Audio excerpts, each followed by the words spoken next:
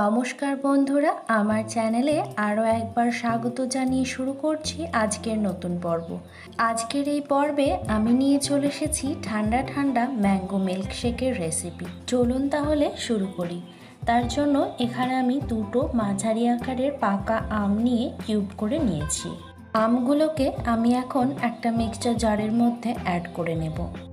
Dry fruit milkshake রেসিপিতে cooking with Priya comment করেছে, very tasty drink, thank you so much deer.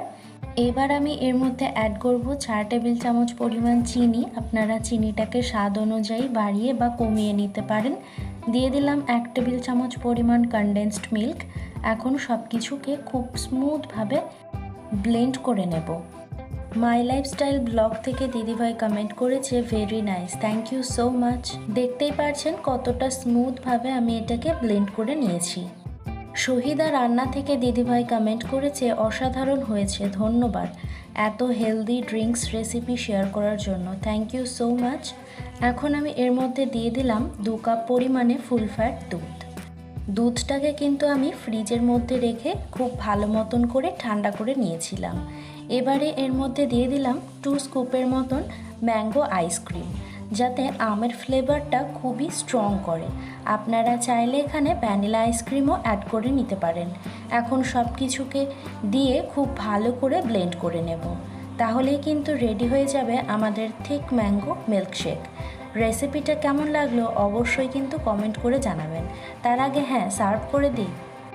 তার জন্য 2টো কাচের গ্লাস নিয়েছি। এবারে ম্যাঙ্গো মিল্কশেকটাকে আস্তে আস্তে করে গ্লাসের মধ্যে ঢেলে দেব।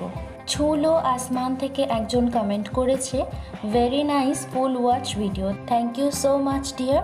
আর আজকের রেসিপিটা কেমন লাগলো অবশ্যই কিন্তু কমেন্ট করে জানাবেন। উপর থেকে সার্ভ করার সময় একটুখানি ম্যাঙ্গো আইসক্রিম আর একটু পেস্তা বাদাম কুচি ছড়িয়ে দিলেই একদম রেস্টুরেন্ট স্টাইল ম্যাঙ্গো মিল্কশেক কিন্তু রেডি হয়ে যাবে আপনাদের রান্নাঘরেই।